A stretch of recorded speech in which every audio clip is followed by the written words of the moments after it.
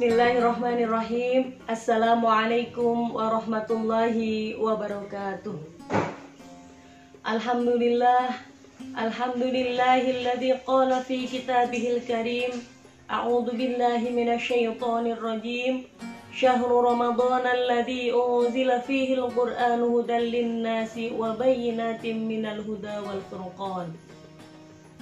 Wassalatu wassalamu ala sayyidina Muhammadin khairil anam wa ala alihi wa ashabihi masabihal zalam, amma ba'd. Kaum muslimin dan kaum muslimat yang semoga dimuliakan oleh Allah Subhanahu wa taala ila yaumil qiyamah. Allahumma amin ya rabbal alamin. Kita patut sangat bersyukur kepada Allah Subhanahu wa taala di mana kita bisa sampai di bulan ini, bulan yang sangat mulia, bulan yang sangat agung, bulan di mana Allah melipat gandakan pahala amal kebaikan kita, bulan di mana di dalamnya diturunkan Al-Quran, bulan di mana ada satu malam yang lebih baik dari 1000 bulan. Alhamdulillahirabbil alamin. Kita berada di bulan ini, kita diberi kesehatan meskipun dalam suasana adanya pandemi COVID-19.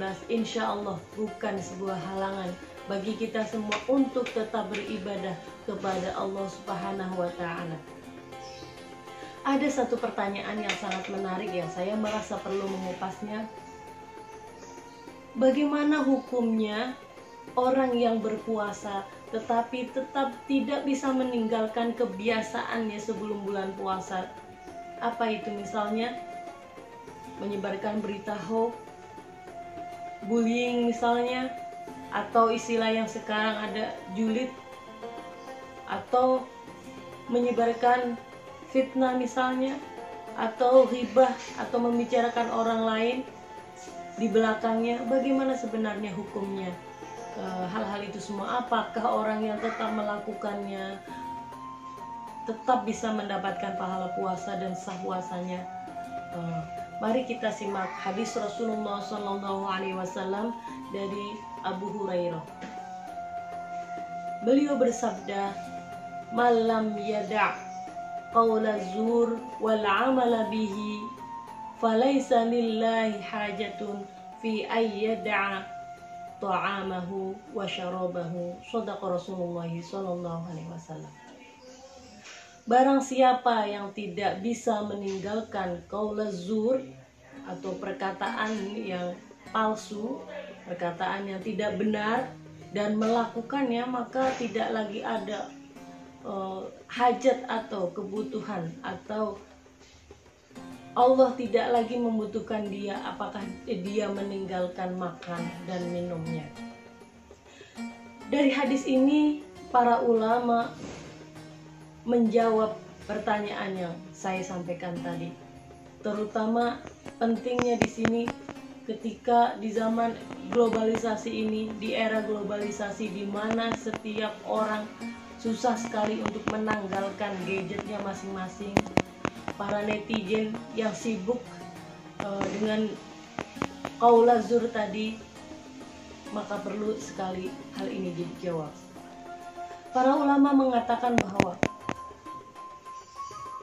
berkata tidak baik, baik itu berupa ghibah, atau dia itu hoax, atau dia itu julid seperti yang saya terapkan, itu bukan hal yang membatalkan puasa.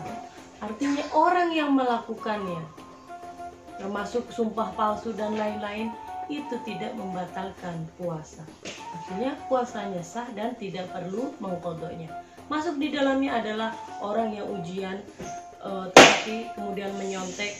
Nah, ini juga bukan hal yang membatalkan puasa. Lalu bagaimana dong?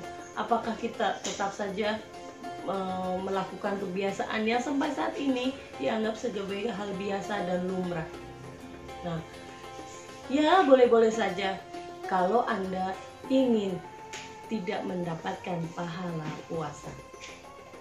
Ya, betul bahwa para ulama mengatakan bahwa perkataan tidak baik, baik itu berupa ghibah, namimah, dan lain sebagainya, menyebarkan berita hoax, bullying, julid, dan lain sebagainya, itu bukan hal yang membatalkan puasa, tetapi bisa membatalkan pahala puasa.